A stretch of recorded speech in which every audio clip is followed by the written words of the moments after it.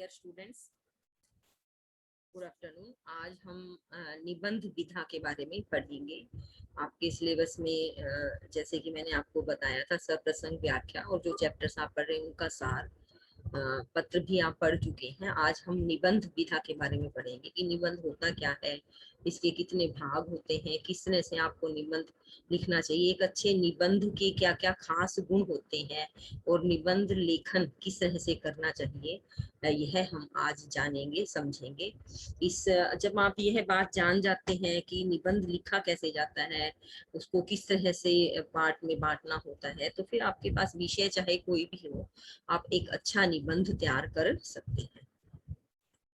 तो आज हम निबंध के बारे में जानते हैं कि निबंध की परिभाषा क्या है, निबंध होता क्या है। ये निबंध गद्य रचना को कहते हैं जिसमें किसी विषय का वर्णन किया गया, ठीक है ना। एक गद्य रचना है। काव्य रचना क्या होती है, जिसमें कविताएं होती है। कविता के अलावा जितनी भी अन्य प्रकार की रचनाएं हैं उनको हम गद्य रचनाएं कहते हैं। तो गद्य रचना के अंतर्गत बहुत सारी चीजें होती है, कहानियां, उपन्यास आदि। तो उसमें निबंध भी एक विधा है, एक टाइप है जिसमें किसी विषय के बारे में वर्णन किया जाए। विषय आप कोई भी आपको दिया जाता है, निबंध के माध्यम से लेखक उस विषय के बारे में अपने विचारों को, भावों को बड़े प्रभावशाली ढंग से व्यक्त करने की कोशिश करता है। एक श्रेष्ठ, संगठित एवं सुव्यवस्थित निबंध लेखक को विषय का अच्छा ज्ञान होना चाहिए, उसकी भाषा पर अच्छी पकड़ होना चाहिए। प्रत्येक व्यक्ति और अपनी अभिव्यक्ति होती है, इसलिए एक ही विषय पर हमें अलग अलग तरीकों से लिखे गए निबंध मिलते हैं। मतलब हमारा जो एक्सप्रेस करने का तरीका होता है किसी बात के बारे में, सबका अपना अपना अलग अलग होता है। तो एक ही विषय पर अगर आप अनेक लोगों से, जैसे आप मान लो निबंध प्रतियोगिता ही देख लें, तो उसमें एक ही विषय पर निबंध लिखा जाता है और जो लेखक हैं वो अलग अलग होते हैं। तो निबंध में मूल बात तो शायद थोड़ी बहुत मिलती जुलती हो, लेकिन वो व्यक्त करने का तरीका सबका अलग अलग होता है। और किसी एक विषय पर विचारों को क्रमबद्ध, सुंदर, सुगठित, सुबोध भाषा में लिखी रचना को हम निबंध कहते हैं। तो अनेक विद्वान जो है निबंध शब्द की पृथक पृथक उन्होंने व्याख्या की है। निबंध जो है अनियमित, असीमित, असंबंध रचना है। निबंध वह लेख है जिसमें किसी गहन विषय पर विस्तृत और पांडित्यपूर्ण विचार किया गया हो। मन की उन्मुख उड़ान निबंध कहलाती है। मानसिक विश्व का बुद्धि विलास से संबंध है और सीमित समय और सीमित शब्दों में क्रमबद्ध विचारों की अभिव्यक्ति ही निबंध है। तो अपनी अपनी विद्वानों ने अपनी अपनी बातें लिखी हैं, लेकिन मुझे जो सबसे लास्ट पॉइंट है वो ज्यादा अच्छा लगता है कि सीमित समय में, सीमित शब्दों में क्रमबद्ध विचारों की अभिव्यक्ति ही निबंध है। आप जितने कम शब्द प्रयोग करते हैं और जितना प्रभावी ढंग से प्रयोग करते हैं, उतना ही आपका निबंध अच्छा बन जाता है। फिर कहते हैं इसमें विशेषताएं क्या क्या होनी चाहिए। आप एक निबंध लिख रहे हैं, एक अच्छा निबंध है, उसमें क्या क्या चीजें होनी चाहिए कि एक तो भाषा विषय के अनुरूप होनी चाहिए, विचारों में परस्पर तारतम्यता होनी चाहिए, इसका अर्थ है कि एक दूसरे से जुड़ाव होना चाहिए, एक बात दूसरे से जुड़ी होनी चाहिए, तारतम्य होना चाहिए। विषय से संबंधित सभी पहलुओं पर निबंध में चर्चा की जानी चाहिए। निबंध के अंतिम अनुच्छेद में ऊपर कही गई सभी बातों का सारांश लिखना चाहिए। जैसे आप पहले भूमिका लिखते हैं, फिर उसका विस्तार करते हैं और फिर उसका सारांश होना चाहिए। वर्तनी शुद्ध अर्थात स्पेलिंग मिस्टेक न हो तथा उसमें विराम चिन्ह आदि का उचित प्रयोग हो। व्याकरण की गलती भी न हो, स्पेलिंग मिस्टेक, ग्रामेटिक और आपकी जो स्पेलिंग मिस्टेक है, दोनों का ध्यान होना चाहिए। वर्तनी भी शुद्ध होनी चाहिए और विराम चिन्ह आदि यानी कि व्याकरण संबंधी शुद्धियां भी होनी चाहिए। निबंध लिखते समय शब्दों की सीमा का अवश्य ध्यान रखना चाहिए। निबंध के लेखक का व्यक्तित्व प्रतिफल होना आवश्यक है। निबंध अधिक विस्तृत न होकर संक्षेप में होना चाहिए। निबंध लेखन विचारों की एक अखंड धारा होती है, उसका एक निश्चित परिणाम होना चाहिए। जैसे विचारों की कोई सीमा नहीं होती। निश्चित परिणाम का अर्थ क्या है कि जो विषय दिया गया और जो शब्द सीमा दी गई उसी के अनुसार ही अपने निबंध का विस्तार करें और उसका कंक्लूजन अर्थात सारांश भी निकालें। अब निबंध के 3 मुख्य भाग होते हैं। मुख्य रूप से निबंध के 3 अंग होते हैं, भूमिका, विस्तार और उपसंहार। भूमिका में हम क्या करते हैं, विषय प्रवेश है। जिस विषय में आपने निबंध लिखना है, यही से निबंध लिखना आरंभ होता है। आपको क्या करना होता है, जो आपकी शुरुआत है वह प्रभावी होनी चाहिए। जैसे कि कोई आपके निबंध को पढ़ रहा है, शुरू की पंक्तियां पढ़ते ही वह प्रभावित हो जाए।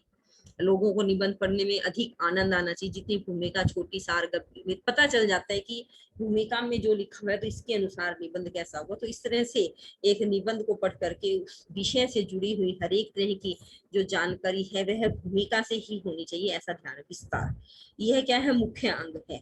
भूमिका थोड़ी सी होती है, बड़ा जो मुख्य पार्ट है वह विस्तार होता है, फिर उसका हम उपसंहार करते हैं निबंध में। तीन ही चीजें हैं। तो मेन जो निबंध है वह विस्तार के अंतर्गत ही आते हैं। जितनी भी सामग्री है उसको क्रमबद्ध तरीके से एक दूसरे से जोड़ते हुए बड़े अच्छे ढंग से छोटे छोटे अनुच्छेदों में, जैसे कि अनुच्छेद जो होता है ना वो आप एक पैराग्राफ होता है, लेकिन निबंध में अनेक पैराग्राफ होते हैं। हर पैराग्राफ में एक सटीक प्रभावी अच्छी सी बात करनी चाहिए और सब एक दूसरे से जुड़े हुए होने चाहिए, पहले वाला दूसरे से, दूसरा तीसरे से, और उसमें रस होना चाहिए, रुचि पैदा कर सको। अगर कोई आपके निबंध को पढ़ रहा है तो उसके अंदर एक जिज्ञासा बनी रही कि आगे क्या लिखा होगा, मैं ये बात भी जानूं, इस विषय से जुड़ी हुई सब बातों को जानने की पाठक के मन में जिज्ञासा हो। इस तरह से हमें निबंध का विस्तार करना चाहिए और फिर हम उसका उपसंहार करते हैं। अंतिम अंग है कि जो आपने लिखा है उसको आप कुछ एक शब्दों में कंक्लूजन करके आप लिख देते हैं। अब देखिए निबंध कई तरह के होते हैं। निबंध के जो प्रतिपादन है अर्थात लिखने की दृष्टि से जो निबंध है चार प्रकार के माने गए हैं। एक तो वर्णनात्मक निबंध होता है। वर्णन करने का अर्थ है कि जैसे स्थान है, वस्तु, ऋतु, कोई दृश्य है, त्योहार, जिसमें किसी चीज का वर्णन कर रहे हैं, ठीक है, उसको वर्णनात्मक। विवरणात्मक होते हैं, इसमें किसी चीज का विवरण दिया जाता है, परिचय दिया जाता है कि जैसे कोई मान लो कोई 15 अगस्त की मान लो कोई फंक्शन हुआ है, तो 15 अगस्त पे एक पर्टिकुलर समय में होने वाला मान लो कोई उत्सव है, तो उस उत्सव के बारे में आपको सारा का सारा विवरण देना है, उसके बारे में सारी चीजें देनी है। जैसे कोई आपने से कहा जाए कि आपकी कोई पहली हवाई यात्रा है या कहीं विवाह आदि में आप गए, वहां का क्या अनुभव रहा, तो वो हम विवरणात्मक निबंध में लिखते हैं। फिर आता है विचारात्मक निबंध। इसमें किसी जैसे ये मनोवैज्ञानिक टाइप में होते हैं, जैसे कि कोई विचार है, कोई भाव है, उसमें उस बात से जुड़े कोई समस्या है उसका परिचय भी देते हैं, व्याख्या भी करते हैं। विश्लेषणात्मक और कई तरह के निबंध जो है इनको हम विचारात्मक निबंध के, जैसे दूरदर्शन और शिक्षा, मित्रता, मतलब कोई भी विज्ञान के लाभ और हानि, इसके अलावा भी जो भी जैसे कि आप कह सकते हो नारी सशक्तिकरण, यह भी एक विचारात्मक निबंध है। इस पे आपको विचार, जैसे दहेज प्रथा या फिर समाज में जैसे आजकल कोरोना विषय चला हुआ है, उस पर विचारात्मक किया जाना चाहिए कि उसका क्या प्रभाव है, उसके बारे में समस्या जो उसका समाधान क्या, इस तरह से लिखते हैं। भावनात्मक निबंध क्या है, भाव की प्रधानता होती है। भाव का अर्थ क्या होता है, जैसे कि आप कोई भी जो सुक्ति आदि पर लिखते हो, जैसे है ना, परहित सरिस धर्म नहीं भाई, परोपकार हो गया, है ना, सदाचार हो गया, देश प्रेम हो गया, जहां पर आप किसी, जहां आपकी भावनाएं जुड़ी होती हैं। जैसे अगर आपको मेरी माँ, अपनी माँ के विषय के बारे में लिखना है तो वहाँ भावना का रिश्ता है, तो अपनी माँ के बारे में आप उनका भारी व्यक्तित्व के साथ साथ जो अनुभव करते हैं वो भी लिखते हैं। तो इस तरह से आप भावनात्मक निबंध भी बना सकते हैं। तो इसके लिए आपको निबंध की, आप जब भी आपके पास कोई विषय लिखने के लिए आता है तो आपको पहले, सबसे पहले यही विचार करना होता है कि निबंध का प्रकार क्या है, कि वह भावनात्मक है, विचारात्मक है, वर्णात्मक है या अन्य है। तो फिर इस तरह से आप निबंध लिख सकते हैं। जैसे आपके सामने मैं कुछ एक निबंध को उदाहरण लिखूंगी। जनसंख्या वृद्धि पर आपने कोई मान लो निबंध लिखना है, ठीक है ना। तो अगर आप जनसंख्या वृद्धि पर निबंध लिख रहे हैं तो जनसंख्या वृद्धि जो है क्या है, एक समस्या है, ठीक है ना। तो इसको आप किस तरह से लिखेंगे, इसके बारे में पूरी तरह से विचार करेंगे कि समस्या क्या है। अनेक समस्याएं हैं भारत देश के अंदर, पर जनसंख्या सबसे बड़ी विकराल बड़ी समस्या है। केवल इसी समस्या के कारण भारत में गरीबी, मतलब यह एक ऐसी समस्या है, आप इसके बारे में लिखना शुरू करेंगे कि जिसके कारण अनेक समस्याएं जन्म ले रही हैं। बेरोजगारी है, और आज तक कोई समस्याएं हम ठीक नहीं कर पा रहे, दिन प्रतिदिन बढ़ रही है, इतनी बड़ी आबादी है। आप इसका डाटा भी कलेक्ट कर सकते हैं। भारत में जो है उसकी आर्थिक संकट भी है, आबादी के कारण कोई विकास कार्य नहीं हो पाते, जो भी काम होते हैं तो वह ऊँट के मुंह में जीरे के, इस तरह की बातें भी आप लिख सकते। जरूरी नहीं है कि जो मैंने आपको लिख के दिया इस तरह से आप लिखे, कि मैंने अपने विचार रखे हैं। मैं सिर्फ आपको यह बता रही हूँ कि निबंध को लिखना आपने किस तरह से। भारत की जनसंख्या जो है, पॉपुलेशन, जैसे आपने भूमिका लिख दिया, उसके बाद फिर वो जो पॉपुलेशन है उसके बारे में आप इसमें लिखेंगे कि किस तरह से था, पहले इतनी थी अब इतनी हो गई, इस तेजी से बढ़ रही है।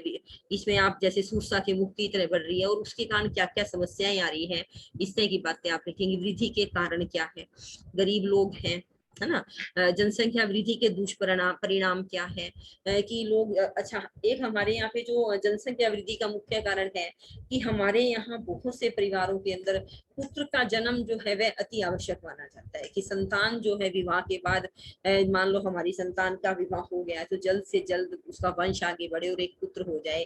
कई बार शुरू में 2 3 4 पुत्रियां होती रहती हैं और लोग फिर पुत्र का इंतजार करते हैं। बहुत सारे कारण है, गरीबी है लोगों के पास, आप कह सकते हैं मनोरंजन के साधन कम है, गांव में रहती है, सामाजिक धार्मिक परिवेश है, कई बार पारिवारिक हमारे ऊपर जो है प्रेशर होता है, इससे भी बच्चे ज्यादा होते हैं। तो ये सारे कारण आपने लिखने हैं। कारण लिखने के बाद फिर अब ये मैंने आपको थोड़ा सा शॉर्टकट में लिखा, आप इसको थोड़ा और अच्छे से बढ़ाकर लिख सकते हैं कि भी इसके दुष्परिणाम क्या है, कि इसके जो दुष्परिणाम के स्वरूप आप लिखेंगे कि जिस तरह से मनुष्य जो है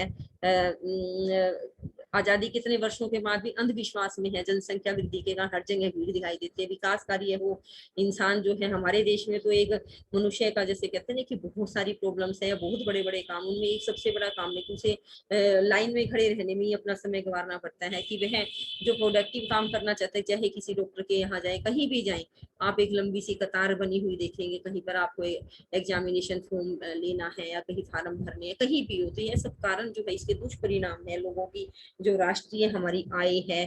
आप अगर इसमें चाहे तो कोई डाटा भी दे सकते हैं, फिर इसके उपाय आपने लिखने होते हैं। देखिए अब आपको पूरा निबंध समझ में आने लग रहा है कि सबसे पहले आपने भूमिका लिखी, फिर जनसंख्या वृद्धि के कारण क्या है, उसके दुष्परिणाम क्या है, इसको रोकने के तरीके क्या है, और फिर लास्ट में हम कंक्लूजन लिख देते हैं। इस तरह से आपने जनसंख्या वृद्धि के बारे में अपना निबंध तैयार करना है कि जो आपने पहले सारा कुछ लिखा है उसको कंक्लूजन के तौर पर आपने लिखना होता है। इसी तरह से महिला सशक्तिकरण पर निबंध है। महिला सशक्तिकरण के बारे में, सशक्तिकरण से आप क्या समझते हैं? सशक्तिकरण से तात्पर्य किसी व्यक्ति की उस योग्यता से जिसमें वो अपने जीवन से जुड़े सभी निर्णय स्वयं ले सकता है। तो महिला सशक्तिकरण का अर्थ क्या है कि महिला अपने से जुड़े, अपने परिवार से जुड़े, या जो भी जिम्मेदारी वो सारे निर्णय खुद ले सके, तब हमें लगता है कि उस पर से बंधन मुक्त हो गए और वह महिला सशक्त है।